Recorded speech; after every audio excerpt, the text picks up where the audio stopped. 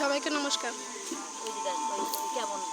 সবাইকে নমস্কার। আমি পরমজিৎ বল, যিনি এই বিশ্ব ব্রহ্মাণ্ড সৃষ্টি করেছেন, যিনি যার ইচ্ছা সবকিছু চলমান, আমি তাকে আমার অন্তরের সমস্ত প্রেম ভালোবাসা উৎসর্গ করে আমি আমার পবিত্র বেদ পাঠ শুরু করছি। তার দীক্ষায় আমাদের আত্মা রহিত হোক। বেদের শ্রেষ্ঠ মন্ত্র বেদমাতা গায়ত্রী মন্ত্র।